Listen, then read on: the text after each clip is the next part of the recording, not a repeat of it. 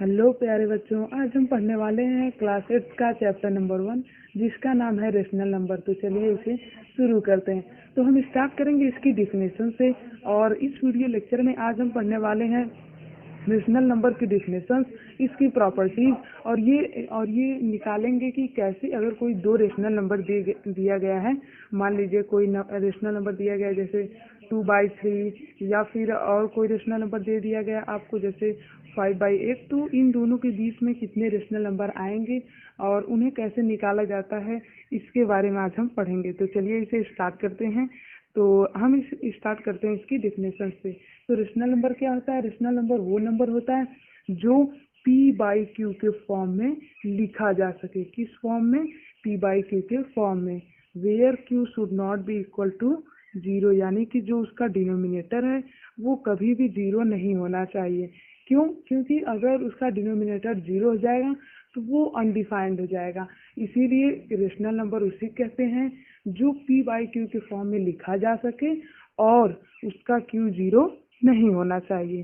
तो यही इसकी डेफिनेशन है। मैं आपको जो कुछ भी बता रहा हूँ उसे आप लोग एक कॉपी लेकर जरूर नोट कीजिएगा ताकि आप उसे बार बार रिवाइज कर सकें। तो रेशनल नंबर तो यही था। अब पढ़ते हैं क्या रेशनल नंबर की प्रॉपर्टीज। तो रेशनल नंबर की कई सारे प्रॉपर्टीज होते हैं, उन्हें देखकर घबराइएगा नहीं। तो जो रेशनल नंबर की प्रॉपर्टीज होती है उसमें से जो पहली प्रॉपर्टी है वो है प्रॉपर्टीज ऑफ एडिशन। यानी कि अगर कोई भी नंबर है, चाहे हमने आज तक नेचुरल नंबर का एडिशन किया और होल नंबर का एडिशन किया, और ऐसी कई सारे नंबर्स हैं जिनका हमने एडिशन किया, पर अब हम करने वाले हैं रेशनल नंबर का एडिशन। तो इसके लिए जो हमारे पास पहला ऑप्शन आ जाता है वो कौन सा है? Closure property. तो हम क्लोजर प्रॉपर्टी का यूज करके रेशनल नंबर के एडिशन को करेंगे। तो चलिए इसे स्टार्ट करते हैं। तो जो क्लोजर प्रॉपर्टी होती है वो क्या कहती है? वो कहती है कि अगर कोई भी नंबर का आपको सम करना है, जैसे कि वो नंबर दिया गया हो a/b प्लस c/d, अगर आपको उसका सम करना है तो उसके इक्वल टू में क्या होगा? देखिए, पहले हमें AD लिखना है प्लस, आप लोग जानते ही होंगे ना कि अगर किसी भी नंबर के बीच में कोई भी सिंबल नहीं होता है मतलब वहाँ पर क्या होता है? मल्टीप्लाई होता है।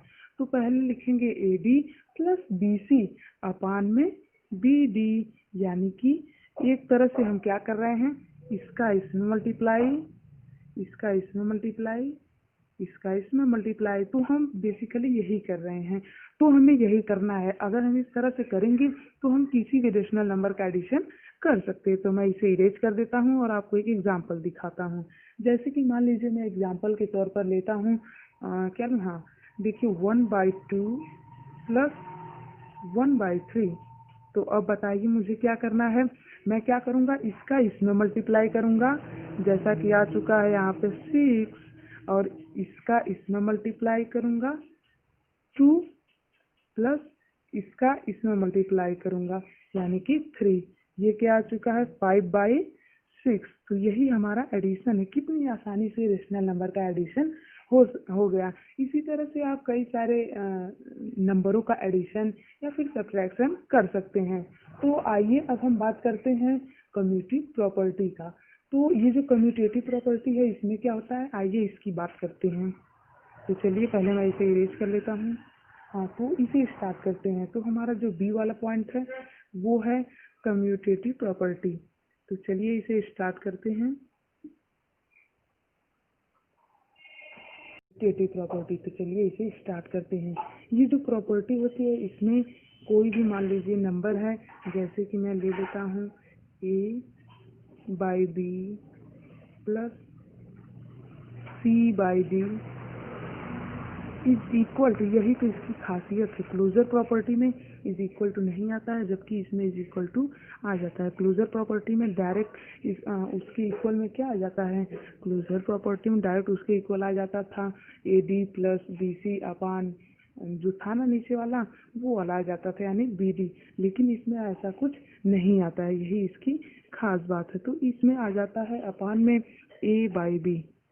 तो ये दोनों जो होते हैं ये दोनों एक दूसरे के इक्वल में होते हैं, यानी कि अगर आप किसी भी दो नंबरों का सम करोगे, चाहे आप आगे करके करो चाहे आप पीछे करके करो, यानी कि यहाँ पे सी और डी पहले आया है और यहाँ पे सी और डी बाद में आया है, इसी के वजह से भी कोई इफेक्ट नहीं पड़ा। यानी कि अगर कोई भी नंबर को हम इधर उधर करके उसे ऐड करें तो कोई भी इफेक्ट नहीं पड़ता है। चलिए एक एग्जांपल लेते हैं, जैसा कि मैं एक और एग्जांपल लेता हूँ यहाँ पर 1/2 plus 1/3 is equal to 1/3 plus 1/2। तो मुझे इसे प्रूफ करना है कि ये जो साइड है ये इस साइड के इक्वल है। तो चलिए मैं इसे सॉल्व करता हूँ। तो यहाँ पे जब हम लोग इसे सॉल्व करेंगे तो इसका जो एलसीएम होगा, यानी कि एलसीएम इसका कितना आएगा, 6 आएगा। इसका एलसीएम 6 आएगा और यहाँ पे आएगा 3 + 2, जैसा कि हमने क्लोजर प्रॉपर्टी में पढ़ा था। और यहाँ पे भी 6 एलसीएम आएगा और आएगा 2 + 3। तो ये जो साइड है और ये जो साइड है दोनों इक्वल नजर आती आ रही हैं। कैसे, इसे मैं इस चीज को मैं यहाँ पे कर देता हूँ।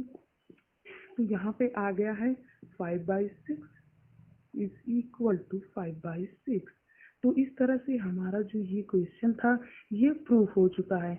यानी कि ये प्रॉपर्टी हमें ये दिखाती है कि किसी भी नंबर को अगर हम चाहे इधर करके ऐड करें चाहे इधर करके ऐड करें वो इक्वल ही रहता है। यानी कि ये देखिए पहले आया, ये देखिए बाद में आया, फिर भी इसका सम इक्वल था। तो बस ये प्रॉपर्टी यही कहती है।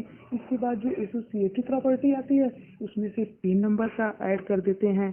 जैसे कि मान लीजिए अगर कोई नंबर रहता है, जैसे कि मैं ले रहा हूँ हाँ a/b प्लस c/d, ये कोई 2 नंबर है, ठीक। और इसमें एक तीसरा नंबर और ले लेते हैं हम e/f। तो इन तीनों नंबर को अगर हम ऐड करेंगे तो कैसे करेंगे, तो पहले हम इन दोनों को ब्रैकेट में ले लेते हैं, उसके बाद पहले इन दोनों को ऐड करते हैं फिर इसे, तो उसके इक्वल में हमारा आंसर आ जाता है। अब जो एसोसिएटिव प्रॉपर्टी क्या कहती है, वो कहती है जब हम ऐसा करेंगे तो हमारा आंसर किसी और चीज़ के इक्वल में आएगा, और वो चीज़ है a/b plus c/d plus e/f।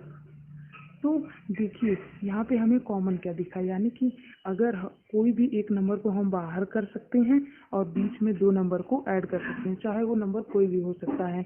यानी कि अगर आप इन तीनों का सम करोगे और इन तीनों का सम करोगे तो वो ये दोनों किसके होंगे, एक दूसरे के इक्वल ही होंगे। तो उम्मीद है आपको यहाँ तक बहुत ही अच्छी तरीके से समझ में आ रहा होगा। तो चलिए और आगे बढ़ते हैं। तो इसके बाद जो हमारा नेक्स्ट टाइटल आ जाता है वो होता है एडिटिव आइडेंटिटी, यानी कि एक ऐसा नंबर जिससे जोड़ने से हमें वही नंबर मिले। आप लोगों को तो पता ही होगा कौन सा ऐसा नंबर है जिसे जोड़ने पर वही नंबर मिलता है, 0। तो जैसा कि मैं आप लोगों को दिखा रहा हूँ कि अगर मान लीजिए कोई रेशनल नंबर है 5/6 प्लस 0, अगर मैं इसे ऐड करूँगा तो 5/6 ही ना आएगा, तो इसी को एडिटिव आइडेंटिटी कहते हैं। और तो ये वाली भी प्रॉपर्टी खत्म ही हो चुकी है। अब पढ़ते हैं एडिटिव इनवर्स। एडिटिव इनवर्स में क्या होता है, मान लीजिए अगर हमें किसी भी नंबर का एडिटिव इनवर्स निकालना है, जैसे कि वो नंबर मैं पिछला एग्जांपल ले लेता हूँ 5/6 था। अगर मुझे इसका एडिटिव इनवर्स निकालना है तो मैं क्या करूँगा, 5/6 प्लस, अब मुझे एक ऐसा नंबर इसमें जोड़ना होगा जिससे ये 0 आ जाए। तो इसका उल्टा क्या होगा, यानी कि अगर ये पॉजिटिव है, अगर ये बहुत इंपॉर्टेंट पार्ट है, अगर ये पॉजिटिव है तो आप निगेटिव नंबर रखेंगे। जैसे कि मैं रख दिया -5/6, अगर यही होता -5/6 तो मैं रखता 5/6। एक और एग्जांपल मैं लेता हूँ, जैसे कि मान लीजिए अगर मैं कोई नंबर ले रहा हूँ 3/2, तो -3/2, तो ये माइनस है तो मैं क्या लूँगा, मैं पॉजिटिव नंबर लूँगा, यानी प्लस में मैं क्या लूँगा, 3/2 लूँगा, ठीक। तो ये क्या आ जाएगा, 0 आ जाएगी। तो यही होता है एडिटिव इनवर्स। एडिटिव इनवर्स में हम हमेशा उसका अपोजिट वाला नंबर लेते हैं। तो उम्मीद है आपको बहुत ही अच्छी तरीके से समझ में आया होगा। चलिए अब हम और आगे बढ़ते हैं। अब जो प्रॉपर्टी है रेशनल नंबर की वो है सब्ट्रैक्शन की।